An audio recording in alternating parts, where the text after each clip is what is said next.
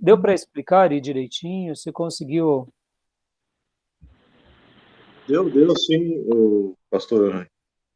né? Na realidade, assim, eu perguntei para ver se eu estava equivocado nos meus pensamentos, porque eu penso da mesma forma que o pastor, então por isso que por pensar assim, eu falei, será que eu estou sendo muito Muito. bonzinho demais, Não, bonzinho Ari, demais? Porque eu não tenho esse hábito mesmo, de uma vez Deus me repreendeu ao pensar assim, ó, julgar uma pessoa, falando, aquela pessoa foi para o inferno, então a partir desse momento, eu nunca mais falo assim. Se a pessoa pergunta, foi. Eu falo, não sei. Quem julga é Deus. Deus sabe para quem.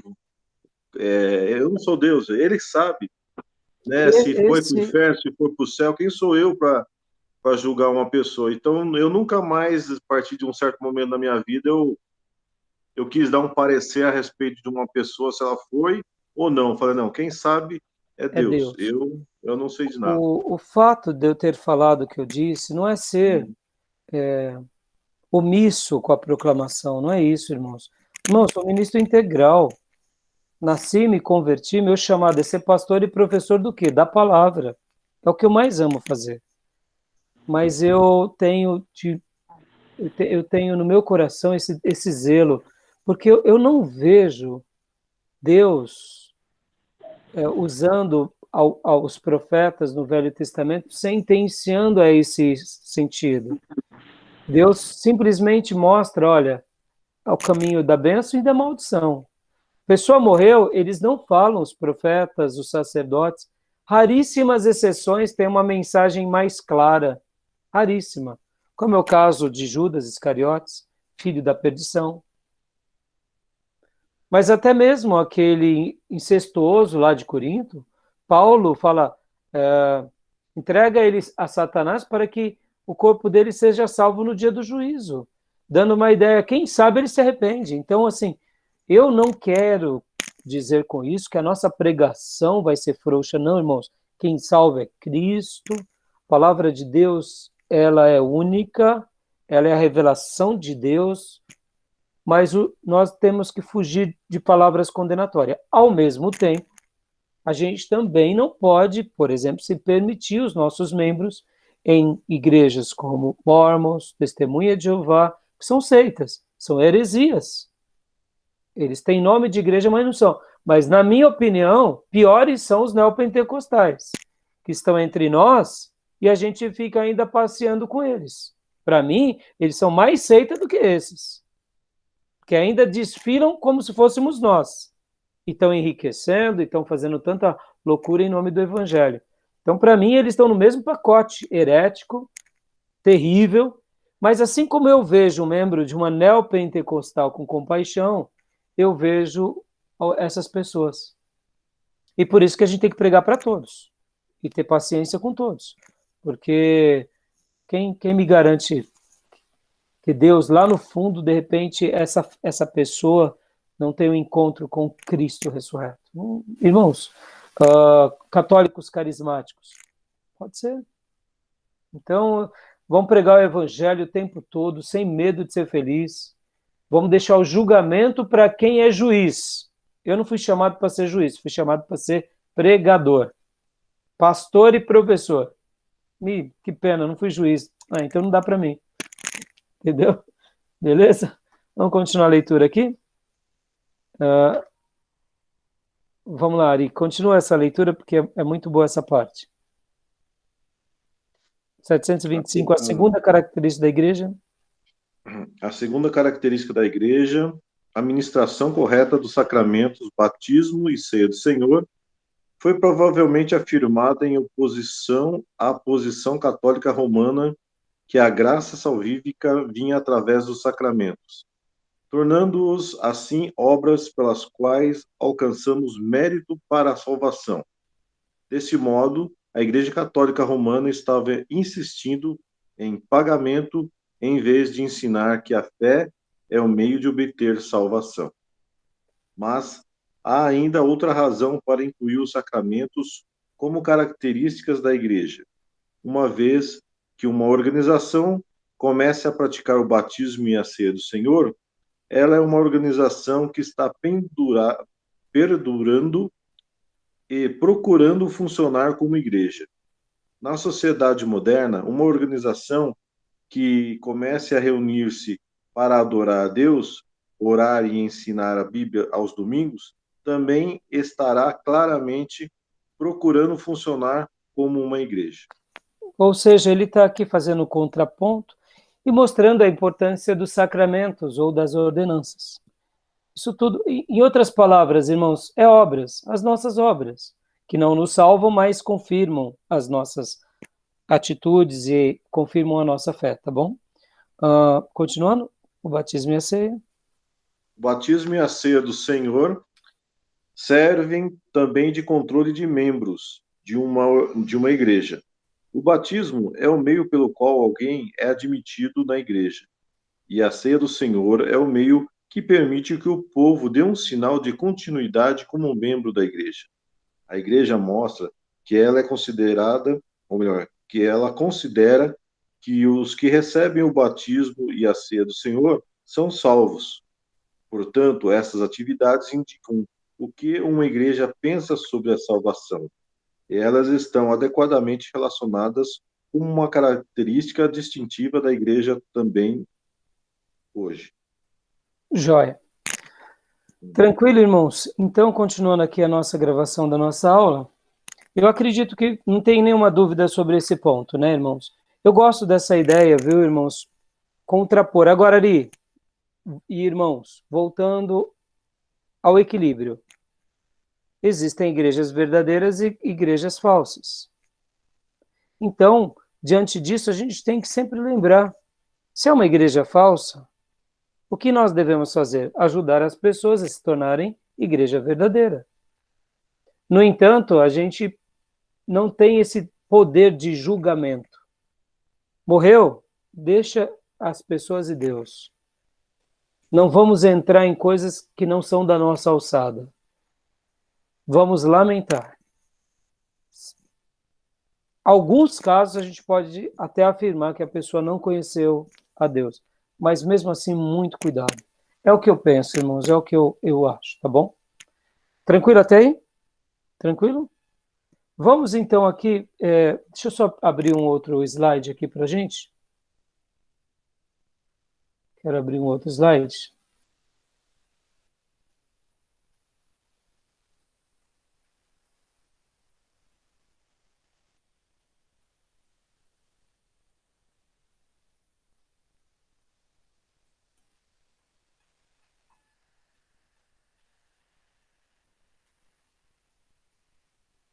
Vamos falar um pouco, aqui ainda a gente vai voltar.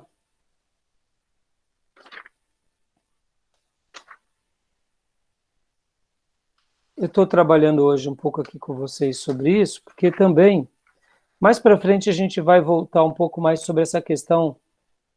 A gente hoje está trabalhando sobre a igreja verdadeira. Então vamos falar agora sobre os propósitos, né, da igreja. Vamos falar sobre os propósitos. Porque lá para frente a gente vai falar um pouco sobre a pureza e a unidade da igreja. Então existem igrejas verdadeiras e igrejas falsas. Temam isso, irmãos. Temam as igrejas falsas, temam as doutrinas falsas, temam tudo isso. Não importa, na boca de quem, se você gosta da pessoa, tema. Fuja disso. Não alimente o seu coração. Por exemplo, eu aprendi com Ed René Kivitz, que um professor dos dias de seminário dele dizia assim para ele, que existem pastores e livros, no caso, o professor dele ensinava assim, que existem livros que você deve ler, não pode ficar sem ler. Existem livros que você não fará diferenças entre ler ou não. Sabe, chuchu? Livro chuchu? Não acrescenta, mas também não tira. E existem livros que você não pode ler, que vai te adoecer. E aí o Ed René, quando ele me ensinou isso numa pregação, ele dizia assim, existem livros e pregadores que você precisa ouvir, porque vai ter que vai te acrescentar algo. Existem livros e pregadores que são chuchu. E existem livros e pregadores que você não pode, porque eles têm ali uma palavra tão herética e uma construção tão diabólica e tão distorcida da verdade que nos atrapalha. Aí é o caso das seitas. Então, eu quero acreditar nisso, irmãos. Identificamos uma igreja falsa, uma pregação falsa, um líder falso, foge dele. Identificamos uma igreja chuchu, um líder chuchu. Tem nada para fazer, então come chuchu. Eu particularmente gosto de chuchu, tá? Não sei vocês. Eu gosto de chuchu. Chuchu que a minha mãe faz, cozido, com pimenta do reino, temperinho, é uma delícia. Para mim, chuchu tem gosto, mas vocês entenderam a analogia. E tem pregadores e livros que você não pode ouvir. E tem livros e pregadores que não faz diferença, e tem livros e pregadores que a gente precisa ouvir, tá bom? Guardem isso no coração e vamos seguir esse caminho, tá bom? Vamos falar um pouco agora sobre o propósito da igreja. Propósito da igreja, vamos lá.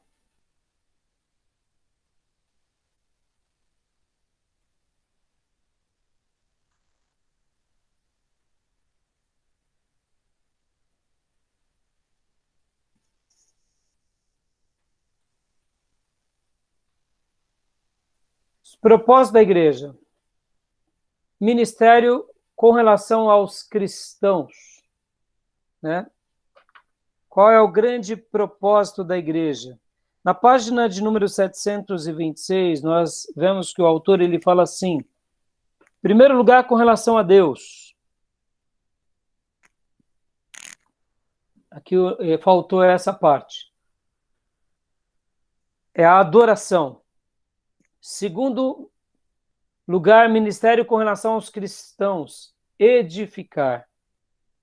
Terceiro lugar, em relação ao mundo. Evangelizar e misericórdia. Pode ver que eu gosto dessa expressão equilíbrio, ou melhor, misericórdia, né?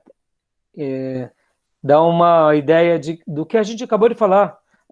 O juízo condenatório não tem misericórdia.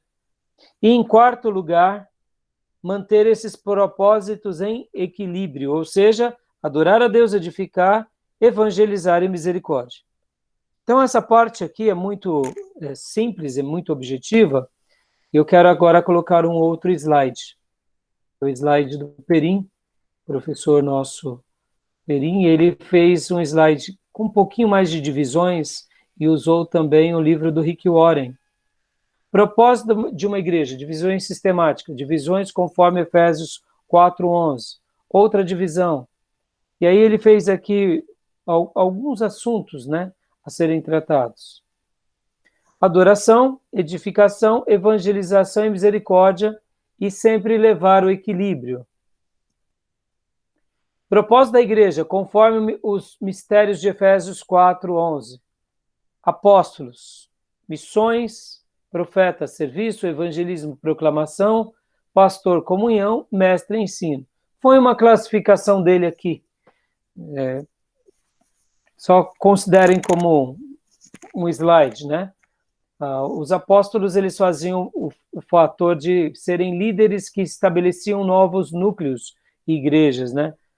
Eu particularmente penso de outra forma, mas assim, profeta, serviço, ele não deixa de fazer um serviço, ele faz, mas ele é o boca de Deus, ele leva a palavra, né? Na mesma semelhança do evangelista. O pastor leva a comunhão? Sim, mas também leva o ensino, leva também a questão da proclamação, leva a questão do cuidado, né? E o mestre ensina. Outras divisões, aí ele vem trabalhando aqui em algumas terminologias: eucaristia, o termo no grego, koinonia, comunhão, diaconia, serviço, querigma, proclamação. Por isso que ele trabalha aqui em Efésios 4:11, porque essas palavras no grego, a gente vai ter no Novo Testamento com muita frequência. Diaconia, serviços, querigma, proclamação, koinonia, comunhão, eucaristia, que seria, no caso, adoração ou ações de graças. Perceba que ele tenta fazer uma correlação, o professor Perim. No entanto, a igreja realiza isso. Pode ver que a igreja ela pratica a adoração, a comunhão, o serviço e a proclamação. E na igreja tem esses dons, que é o dom apostólico, profético, evangelista, pastor e mestre.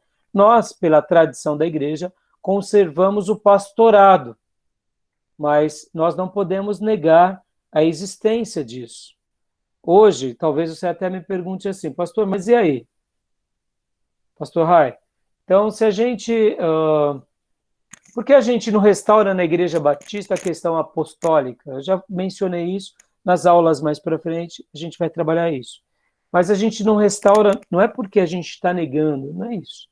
É porque a gente entendeu que ao longo dos séculos, quando uma pessoa recebe o título de pastor, ela vai ter ali, dentro dos seus critérios, um viés mais ou para o evangelismo, ou para missões, ou para o mestre.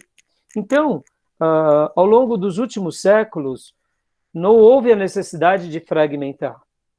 Recentemente tem sido fragmentado. E podem ver, irmãos, que todos aqueles que estão criando apóstolos, bispos, na grande maioria nos deixam envergonhados. Pode ver que até mesmo hoje, qualquer um se torna pastor, né? Qualquer pessoa se torna pastor. Então, se vulgarizou o pastorado. E é isso que E aí, quando se vulgariza o pastorado, a culpa, na minha opinião, é desses grupos que fragmentam. Estão entendendo? Então, eu, por exemplo, acabo tendo mais apreço ao entendimento histórico. Eu não nego, como eu já disse para vocês, que esses dons sejam reais. Mas eu acho que tem muita vaidade em pauta em cima desses dons. E aí as pessoas acabam se perdendo. Eu não sei se vocês estão me entendendo. Entenderam? Foi claro? Depois, mais para frente, a gente comenta com mais detalhe, tá bom? Vamos lá, continuando. Continuando aqui os propósitos da igreja. Aí ele vem e trata aquele livro, né, do Rick Warren, que inclusive eu até mostrei para vocês semana passada. E eu acho muito legal que ele trabalha... O livro está aqui, não sei se vocês estão vendo o livro na minha mão, mas ele trata sobre esse livro. Eu acho ele é um livro que deve ser lido, deve ser estudado. Quando a igreja tem realmente essas ideias como valores, né? Sabe, irmãos, muitas vezes nós desprezamos essa questão dos valores. O propósito numa igreja é dar valor à igreja. Estamos aqui para quê? Queremos o quê? Sabe aquela ideia? Quando você vai num correio, você quer o quê? Quando você vai, por exemplo, num grande hipermercado, você quer o quê? Essa ideia ela é muito poderosa. Então, o livro do Rick Warren, ele tem a sua beleza. Ele mostra o que eu estou fazendo aqui nessa igreja. O que isso representa. Isso é muito legal. Então, eu gosto nesse sentido, tá bom? Vamos lá?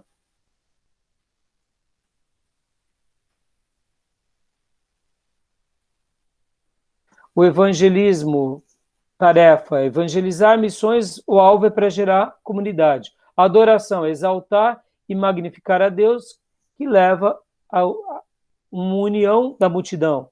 A comunhão, encorajar a membresia, levando à congregação, fortalecimento da igreja. O discipulado, edificar a maturidade, levando compromisso a esses que foram discipulados. E o serviço, equipar ministério, ou seja, para servir de uma forma específica, ou seja, são definições muito boas, muito claras, né? Agora aqui, esse é um ponto legal que eu acho que vale a pena a gente considerar. Lógica de mercado, lógica do reino. Isso é legal. Guarda isso no coração. A tela de vocês dividiu também? Dividiu? Quando eu faço assim? Esse slide aqui vai mostrar o seguinte, irmão, vamos tomar cuidado com esses propósitos da igreja. Que muitas igrejas começam a querer um propósito, pelo propósito, e quando vai ver, perde a essência. Lembra que na minha primeira aula eu falei que igreja é corpo, igreja não é instituição, igreja é organismo, não é corporação. Pastor Raio, Então, eu não tô vendo o slide. não tá, né? Então tá. É porque eu tirei do slide. Eu tirei de propósito. Vou Hum, botar aqui. ah, tá. Lembra que na primeira... Agora eu vou pôr isso de novo, tá, Ari? Tá. Lembra que na primeira aula eu falei sobre isso?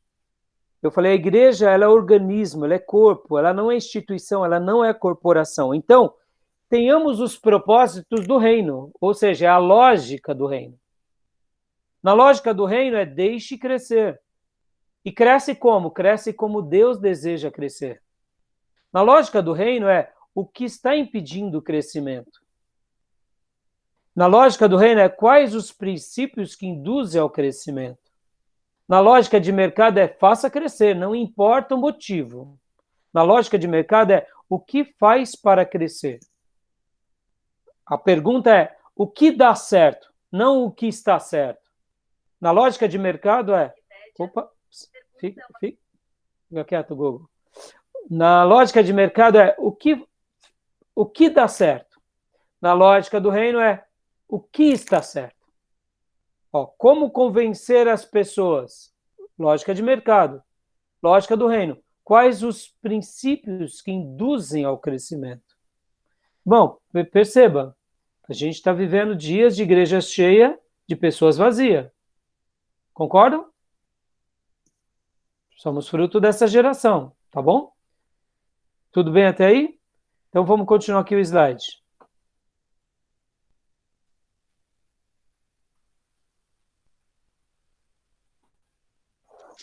Pastor Rai, Oi.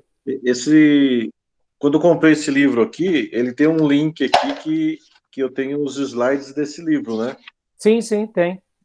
E esse slide aí que você apresenta aí, como é que eu consigo? Esse daqui é o material que eu disponibilizo para vocês, Ari. Depois eu publico todos para vocês, eu disponibilizo, tá bom? Ah, não tem um Google Esse Drive daqui, dele, não, né? não. Esse que eu estou passando agora, não. Esse daqui, olha, esse daqui, o que a gente acabou ainda agora de ver, é Esse igualzinho que tem. tem. Esse é o que tem no livro, Ah, tá? tá. Eu pensei que tinha um acesso pelo Google Drive seu aí para a gente puxar ele. Não, vocês vão ter porque eu vou passar. Eu passo para vocês porque o professor Perim, Hum. ele me disponibilizou para que nós pudéssemos trazer para a extensão quando nós montamos aqui a extensão em Ferraz. Então, ó, pode ver que eu dou a fonte, ó. São slides do professor Tiago Rebelo Perim. Um excelente professor, irmãos, excelente professor. E pode ver que o slide é ele que montou, tá bom? Aqui, ó, propósito da igreja. Modelo tecnocrata, instituições, programas, métodos são supervalorizados. Modelo da espiritualização, instituições, programas e métodos são menosprezados. Modelo do crescimento natural. A proposta teológica é o fundamento para o crescimento natural da igreja. Perceba, o modelo tecnocrata dá uma ideia de instituições, de instituição. O modelo da espiritualização dá uma ideia, sabe aquela ideia, deixa o fogo cair, vamos só buscar, Deus vai fazer tudo, a gente não precisa fazer nada. Então, a gente não liga muito para a Bíblia. Eu me lembro de um dia que eu estava com os irmãos do pregão e nós estávamos conversando, e enquanto conversávamos, um desses irmãos disse assim para nós: oh, o culto foi tremendo nesse final de semana da igreja. Tremendo, tremendo. Falei, é mesmo? Foi tremendo. O culto foi maravilhoso. Não teve nem palavra, só teve louvor. E eu era já seminarista, eu fiquei coçando a cabeça. Eu falava, ai meu pai, ai meu pai. Ou seja, eu não duvido que Deus visitou, que Deus fez tudo, mas se faltou palavra, irmãos, lá para frente vai dar problema, entendeu? Porque é a palavra que gera adoração. Não é a adoração que gera a palavra. É por causa da palavra que aprendemos a orar, é por causa da palavra que aprendemos a adorar, é por causa da palavra que aprendemos a congregar, e é por causa da palavra que entendemos como fazemos igreja. Entenderam? Então, o modelo da espiritualização, ela tem data de validade, entendeu, irmão? Pode ver. É a montanha, é o monte, é o graveto, tem data de validade. O modelo tecnocrata é o modelo humano. Pode até perdurar, irmãos, como uma empresa, mas também tem data de validade porque não chega no céu. O modelo de crescimento natural é o modelo que a gente entende que é o mais próximo daquilo que a gente vê nas páginas da Bíblia. Ou seja, é uma proposta de crescimento natural segundo os padrões de Deus, na semelhança de um corpo, na semelhança de uma planta. Por isso que é uma proposta teológica que leva ao crescimento da igreja na semelhança do corpo. Tudo bem até aí? Alguma dúvida? Tudo bem? Não estou vendo vocês, deixa eu voltar aqui. Beleza? Tudo bem? Tranquilo? E aqui, inclusive, mais uma vez, eu vou até tirar aqui a apresentação. Ó, mais uma vez, eu quero mostrar para vocês o livro Crescimento, o Desenvolvimento Natural da Igreja. Bom, esse livro é muito bom, compram, leiam. Bom, já dei 2 livros como tarefas extras. Um é esse e o outro é o Eclesiologia do pastor Ernesto Tonini. Vocês comprem um dos 2 e vão fazer uma resenha, um breve resumo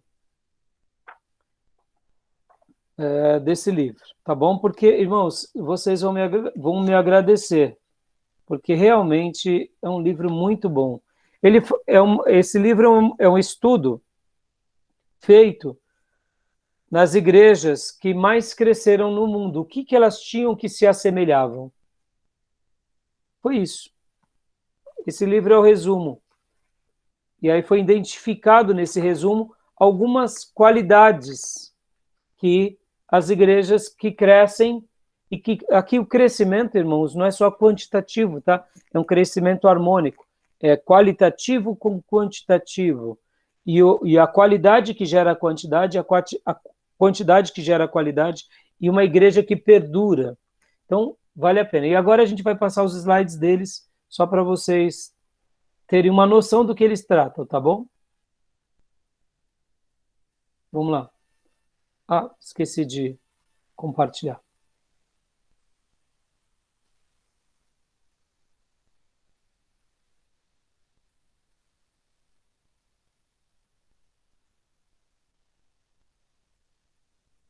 Espera aí. Deixa eu ver aqui.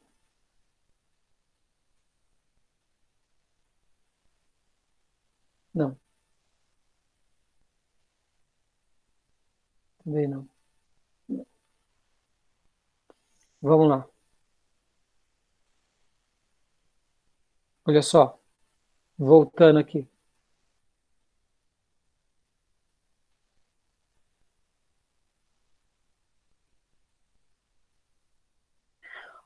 Marcas da igreja que cresce. Christian Schwarzman. Schwarzman. Não sei como pronuncia, irmãos, me perdoe. Se alguém souber, me ajude aí. É essa parte aqui que, né, dificulta. O que resume esse livro? Liderança capacitadora, ministérios orientados pelos dons, espiritualidade contagiante, irmãos. Guarda isso, hein? Sabe aquele irmão letárgico que mais desanima todo mundo do que ajuda? Pois é. Então, espiritualidade contagiante. Isso tem que ser algo constante na nossa vida. Estruturas funcionais, ou seja, não adianta você ter um trabalho que não tem uma estrutura que funciona. Culto de oração 2 da manhã com as irmãs da terceira idade. Pode ser que sim, pode ser que não. Pode ser que funcione, porque as irmãs, de repente, são fervorosas, mas se for 9 da manhã, vai ser muito mais fácil para as irmãs, até porque são de idade. Culto inspirador, mais uma vez. Grupos familiares, evangelização voltada para as necessidades. Ou seja, olha só o que nós estamos fazendo agora no pregão. Por que nasceu de novo os nossos trabalhos no pregão? Foi simples, irmãos. Foi do desejo de orar por eles, pelas necessidades deles. E voltamos a fazer um evangelismo. E aqui, relacionamentos marcados pelo amor fraternal. Então, Olha só que interessante. A síntese do livro é essa, tá bom? Tudo bem? Tranquilo? Beleza? Alguma pergunta? Não? Continuando o slide, então.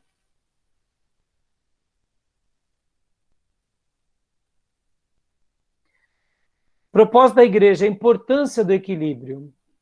Propósito em ênfase exagerada na adoração cria uma tendência de superficialidade. Na edificação, espiritualidade árida. Evangelismo, quantidade sem qualidade.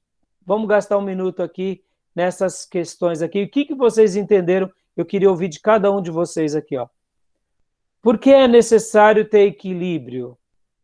Vamos pegar aqui a edificação. O professor Tiago Rabelo Perim estava querendo dizer sobre espiritualidade árida. Vamos lá. Um por vez.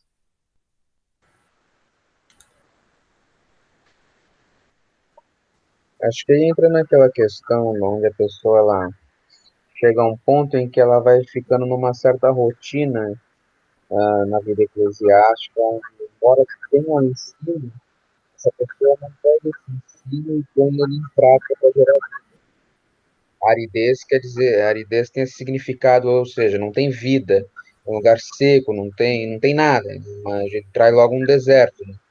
Muito bom, muito bom. Alguém quer comentar mais alguma coisa? Eu queria ouvir de vocês também, eu não estou enxergando vocês. Na minha tela aqui ela some.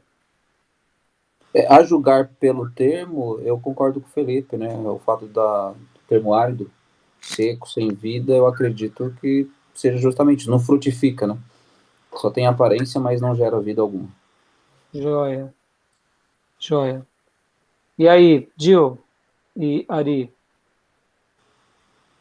O termo ele espiritualidade árida já é bem claro já, né? Acredito que é isso que o Felipe falou mesmo, concordo com ele. É uma sequidão, né, na verdade. Então, mas me explica um pouco, Gil e Ari, como assim? A pessoa está se edificando, ela tá sendo purificada, e como que ela consegue fazer da Bíblia, que é esse livro de purificação e santificação, um lugar árido, uma superficialidade? Como que ela consegue? Acredito que seja mais a vida vazia, né? Ela acaba ouvindo muito, acredito que sendo edificada no sentido de ouvir bastante, mas não colocar em prática aquilo que ouve. Acaba sendo uma espiritualidade falsa. Parabéns. Ari, quer completar alguma coisa? Acho que a gente acaba caindo num certo comodismo, né, espiritual, né? Vai levando dia a dia e acaba caindo no comodismo, né? Seria Lembram? mais isso mesmo. Quer falar mais alguma coisa, pastor Johnny? Eu estou lembrando de um termo aqui, que é eu estava lendo um livro sobre doutrinas bíblicas e o autor trouxe a menção de um texto bíblico que eu estou tentando lembrar agora. Agora que saiba essas coisas, felizes serão se as praticarem. Eu não me recordo onde está exatamente, vou até procurar aqui. Então eu acho que é bem isso vocês mesmo. lembram muito bem esse texto, ótimo citação. Lembro que o apóstolo Paulo também, corrigindo a igreja, ele disse algo nessa linha, sobre a questão de nós não sermos apenas... Jesus disse para a gente ser praticante, mas o apóstolo Paulo falou que a letra mata, mas o espírito... Vivifica. Edificação, tudo é edificação, tudo é estudo, tudo é estudo, tudo é estudo. A pessoa tem uma cabeça gigante, mas um coração vazio. Porque, como vocês bem disseram, não pratica, não vivencia. Eu fiquei surpreso, nós fizemos na sexta-feira a nossa primeira aula das crianças com um vídeo de um casal que foi meus alunos lá no STBnet, pastor Fábio e a sua esposa. E ele nos abençoou com muitos vídeos, então a gente está aí com um acervo bem legal das crianças. E aí o que acontece? Enquanto ela, depois da aula, né, que foi gravada, e nós soltamos 8 horas da noite, inclusive fica aqui o convite para os irmãos que têm crianças e que não atrapalham as suas igrejas, abençoa seus filhos, porque é vídeos que está saindo do nosso grupo de edificação, toda sexta, 8 horas da noite. E aí o que acontece? Depois do culto, tem uma sala das crianças pelo Meet. Tem um Meet delas. E a aluna, que é a nossa irmã Geslaine, ela que fez os vídeos, ela e o pastor Fábio estavam conosco. E aí ela falou uma coisa assim que me tocou, e não foi um elogio que ela disse a mim, mas ela falou assim, a gente não percebe, né, irmãos? A gente não nota. E ela disse assim, sabe, irmãos, o pastor Rai, uma coisa que marcava para nós lá no seminário é que ele ensinava com brilho, com paixão, e aí eu dei aquela risada de regozijo, louvando a Deus, né? Não de glória pessoal, jamais, porque se a gente faz alguma coisa é para a glória de Deus.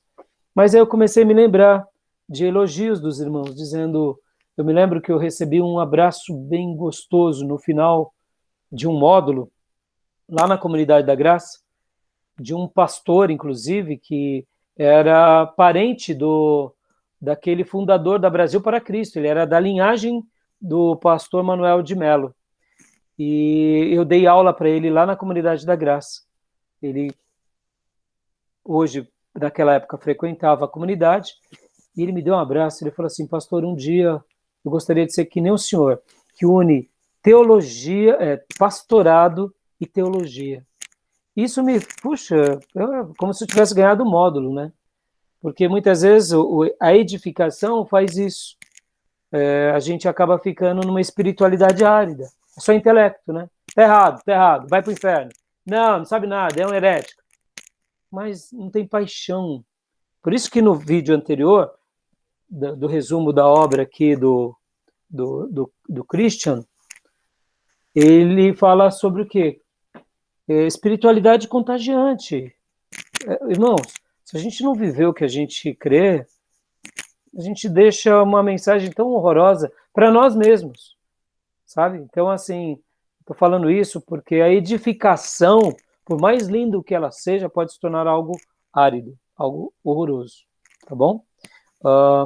E aqui vamos comentar aqui os outros dois, ó. Adoração e superficialidade. O que vocês acham disso? Adoração e superficialidade. Se a gente não tiver equilíbrio, o que acontece? Um monte de gente achando que adoração é música e levantar a mão tá tudo certo.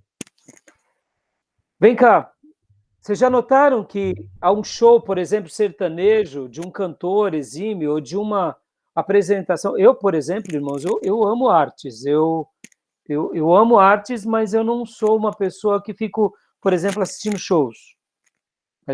Porque eu gosto mais de tudo que é evangélico, mas... Por exemplo, irmãos, quando eu vejo um cantor, até secular, que canta bem, com o coração, eu falo, coisa linda, é um dom. Eu vejo como um talento. Eu fico pensando, meu Deus, essa pessoa nas mãos do Nazareno, não é? Eu vejo as pessoas chorando, as pessoas se pranteando, eu fico pensando. Agora, já notaram que muitas vezes um show sertanejo, um show romântico, tem tanta emoção que quase como muito show gospel, né? Não sei se vocês conseguem notar que ambos atingem as emoções. Perceba como é sutil. Não estou menosprezando os shows gospels, irmão, não estou dizendo isso.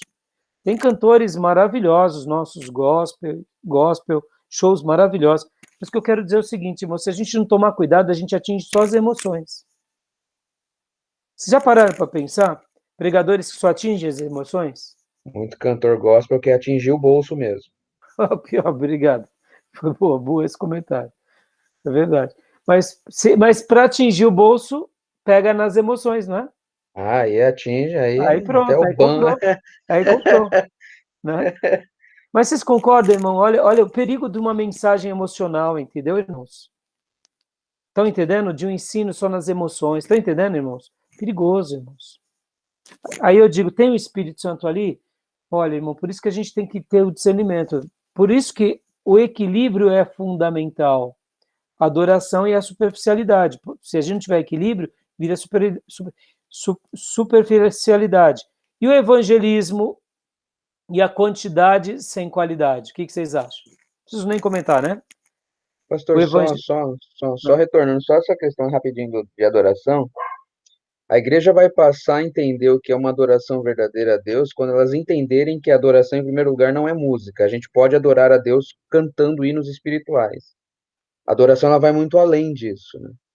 A gente aprende nas páginas do Evangelho que o verdadeiro adorador é aquele que adora em espírito e em verdade, não é nem em Jerusalém, nem em Samaria, né? Ou seja, é onde eu estiver, na direção do próximo, em adoração a Deus, amando, me santificando, ou seja, ter uma vida de adoração, porque hoje se confunde muito adoração com música, até em ritmo musical. Agora eu vou cantar uma música de adoração. Não, tá tudo errado.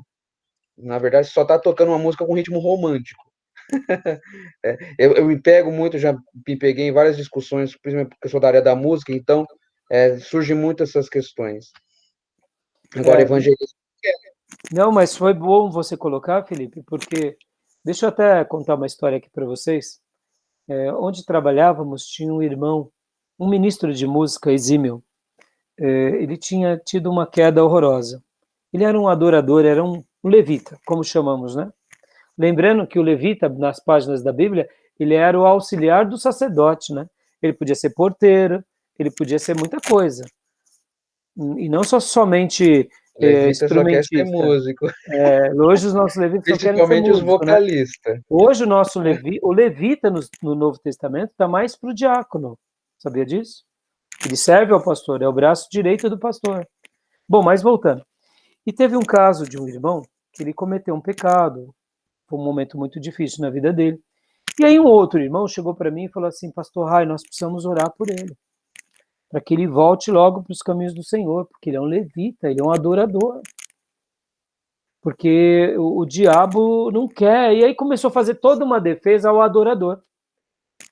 E aí eu falei para esse irmão, falei assim, irmão, vem cá. Qual é a diferença dele para um cristão? O nosso irmão é uma bênção, não tenha dúvida. Ele desviado é um terror. Mas o fato dele tocar para Deus não faz ele maior do que o irmão que não toca. Aí o irmão começou a entrar em parafuso, né? Aí para deixar ele mais em parafuso, aí você citou isso, Felipe, eu lembrei. Aí eu citei para ele assim, falei assim, tá bom, e no Novo Testamento? Qual dos apóstolos era um músico? Não! Aí ele ficou em polvorosa. Falei, tá bom, e Jesus era músico? Aí pronto, aí ele quase endoida. Eu falei, tá bom, então me dá um livro do Novo Testamento de música. Aí ele tá vendo, irmãos? No Novo Testamento, a adoração tem a ver com o serviço. Quando eu sirvo a Deus em amor, eu estou adorando em espírito e em verdade. Quando eu cumpro os mandamentos de Deus, eu estou adorando em espírito e em verdade. A adoração em espírito tem muito mais a ver no serviço, em amor, em entusiasmo, em santidade, em consagração, do que a canção emotiva. Não deixa os cantores gospel saber disso não, hein? Que senão E uma acabou. coisa interessante, né? O próprio apóstolo Paulo, ele diz para que a igreja cante hinos espirituais. Não é o ministério de louvor, é a igreja. O ministério de louvor ele tem que entender que ele é parte integrante da igreja. Né? Muitas vezes os púlpitos são usados para fazerem shows, apresentações, quando que o apóstolo nos ensina que a igreja deve... Por isso a gente tem que ter um cuidado com a música na igreja, é um instrumento poderosíssimo. Poderoso, mas se usado de forma errada, pode gerar muito problema. E, mais uma vez, porque a gente vê tanta seta do diabo, porque é uma coisa poderosa. Como aprendemos, imaginamos crer que o diabo ele era o ministro de música. Então, ele sabe do poder da adoração e nas culturas o poder da música. Aqueles vídeos lá que o André compartilhou para nós sobre a música e a influência no mundo. Depois compartilhe os vídeos, eu assisti os 3, Felipe. Maravilhoso. Fantástico. Maravilhoso. Irmãos, depois o Felipe compartilha para nós, Felipe, no grupo, Beleza. são documentários sobre o poder da música e a influência da música na cultura do ser humano. E fantástico, fantástico. Agora, voltando. Então, irmãos, essa é uma questão que a gente tem que considerar. Agora, a gente vai desprezar o ministérios que adoram? Não, irmãos, vamos incentivar. Por exemplo, irmãos, o Russell Shedd foi também na Igreja Batista da Lagoinha. E quando ele chegou lá, ele falou assim, irmãos, eu nunca tinha visto uma igreja, aí onde entra o que o Felipe acabou de dizer, adorar como aquela igreja adorava. Ele falou, nunca vi. Eu nunca vi. Eu vi isso do Shedd. Isso é maravilhoso. Ou seja, uma igreja que Deus levanta para ser o quê? Para levar a igreja à adoração. E a gente tem que regar eles de oração para quê? Para eles não se perderem, para eles não se divinizarem. Mas quando a gente tem esses grupos que realmente adoram a Deus e fazem valer, é magnífico. Uma outra coisa, para dar um outro elogio também ao pessoal da Lagoinha. O grupo de Ferraz foi num congresso que eles faziam. Todo ano a Lagoinha fazia. E esse grupo, uma das irmãs que foi nesse grupo, chegou para mim e falou assim, pastor Rai, sabe uma das coisas que... Perguntei para ela, o que você achou? Ela falou, pastor, foi maravilhoso. Aí ela disse assim, eu perguntei para ela, o que mais te marcou? Ela falou assim, pastor, tudo foi maravilhoso, mas sabe o que mais me impressionou? Um dia nós chegamos bem mais cedo na igreja, o nosso grupo aqui de Ferraz. Quando chegamos na igreja, pastor, vimos a Ana Paula Valadão com a vassoura na mão, limpando a igreja, descalça, como uma empregada doméstica da igreja que limpa a igreja. Não ela apenas, mas ela e todos os ministros de música, zelando pela igreja. Eu falei, você viu isso, filha? Eu falei, eu vi, pastor. Isso me trouxe uma alegria, irmãos, porque foi no auge da Lagoinha, sabe? Lançando o 10º álbum, e ela lá limpando a igreja de vassoura. Ó, guarda isso. Por isso que eu estou fazendo uma defesa aqui do Shedd e dessa irmã que me disse isso. Merece a nossa consideração. São ministros que adoram, eles adoram e nos ensinam a arte de adorar mais a Deus. Mas adorar é só isso? Não. Adorar é muito mais do que isso. É servir com o nosso dom, tá bom? Beleza, irmãos? Deixa eu ver quanto tempo já está dando. Cronometrei aqui, foi legal porque deu para cronometrar. 47 minutos. Vamos lá. Então, beleza aqui? Deixa eu só ver aqui. Joia. Pastor, Oi, querido. pastor, você comentou algo aí interessante, né? Acompanhei recentemente uns vídeos daquela igreja Vineyard, né? Sim.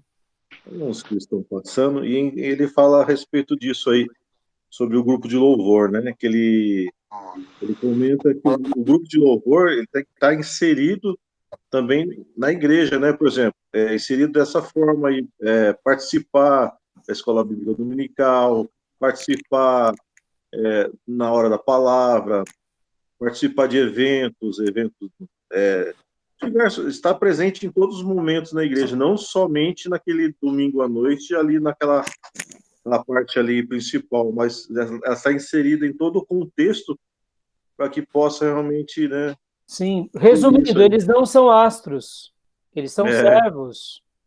É isso? E aí, ó, e é isso que a gente tem que resgatar, Ari, irmãos. E aí vale a lição de casa para vocês, como seminarista, para os diáconos, para os ministros de louvor. Porque muitas vezes o pastor sofre com os ministros de louvor, porque eles acabam dando desculpa e o pastor não quer perder aquele momento alto que é o momento da adoração.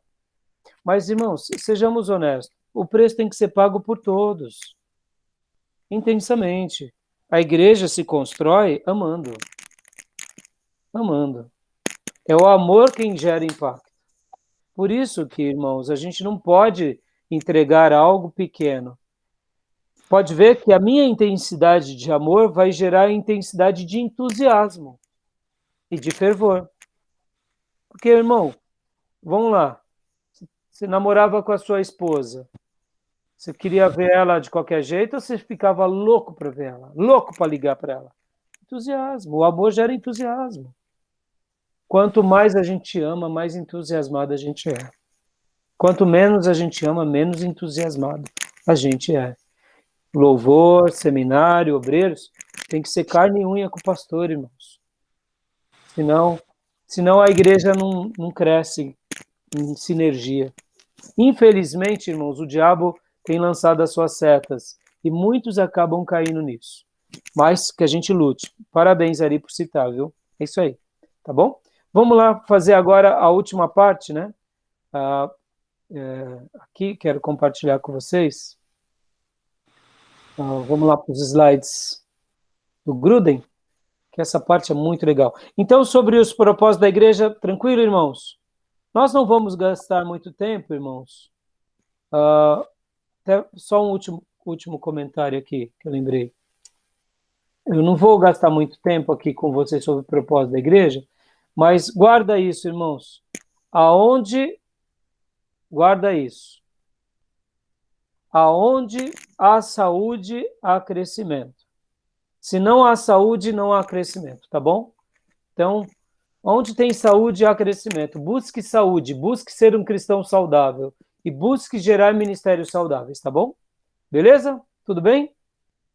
Vamos agora aqui para o próximo capítulo, pureza, unidade e pureza na igreja.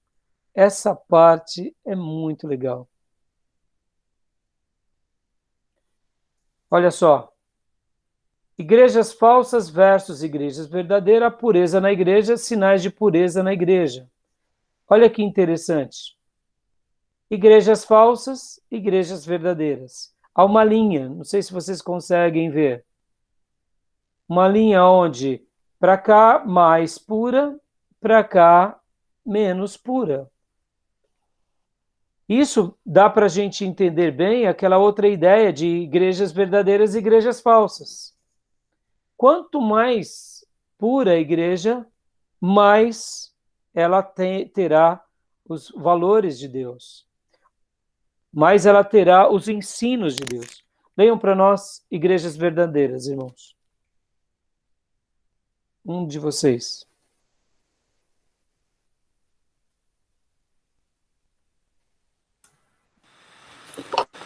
Igrejas verdadeiras.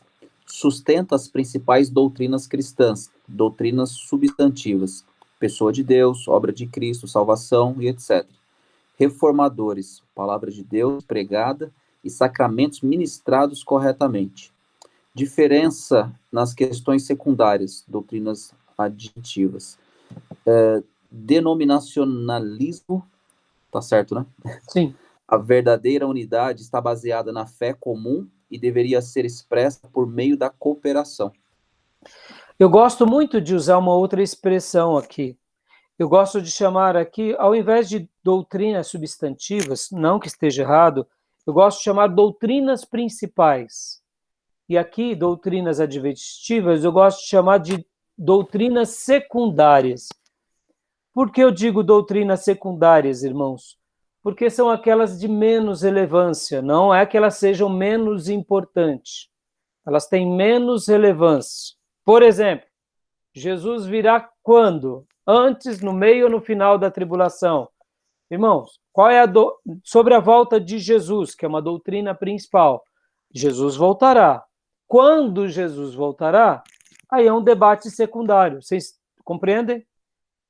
Então, são coisas, eu gosto de classificar doutrinas principais e doutrinas secundárias, tá bom? O professor Perim chama de substantivas e adjetivas. Nenhum problema, tá bom?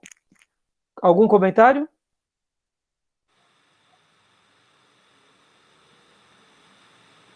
Eu não estou vendo vocês, eu tenho que tirar daqui. Eu vou ter, da próxima vez eu vou abrir uma aba separada, porque eu acho que eu consigo. Eu consigo arrastar. Aí, beleza. Isso. Aí ficou mais fácil. Gostei, tá vendo? Tá vendo? Mexendo e aprendendo. O pastor vai chegar lá. Uhum. Devagarzinho, eu vou aprender. Aí, beleza. Então, tranquilo. Olha só. Deixa eu ver. Isso. Bom, voltando aqui. Compartilhar. Eu queria saber se vocês estão vendo. Como eu estou assistindo pelo celular, eu não consigo ver. Tá bem pequeno aí. Espera um Não, pouquinho. tá na lateral aí, pastor. Só ficou na lateral? Vocês estão vendo só na lateral, então. Então, Isso. só mais um segundinho aqui, então deixa eu tirar aqui essa apresentação. Beleza. Vou tentar. Ih, deu um piripaque aqui. Eita, o que aconteceu? Olha, vocês conseguem ler essa lateral aqui, desse tamanho que tá, ou não? Não, Na agora verdade, não. sumiu tudo. Não, né? Fica muito pequeno, né? Nem Não, tá não dá pra aparecendo só- pra mim. Não? Para mim não. Não está aparecendo. Só está aparecendo na nossa tela, né? Então, peraí.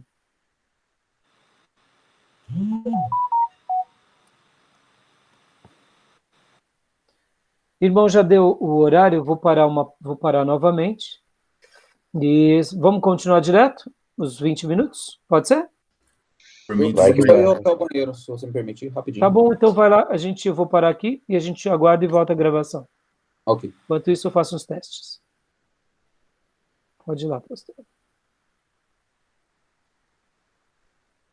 Deixa eu fazer um teste aqui.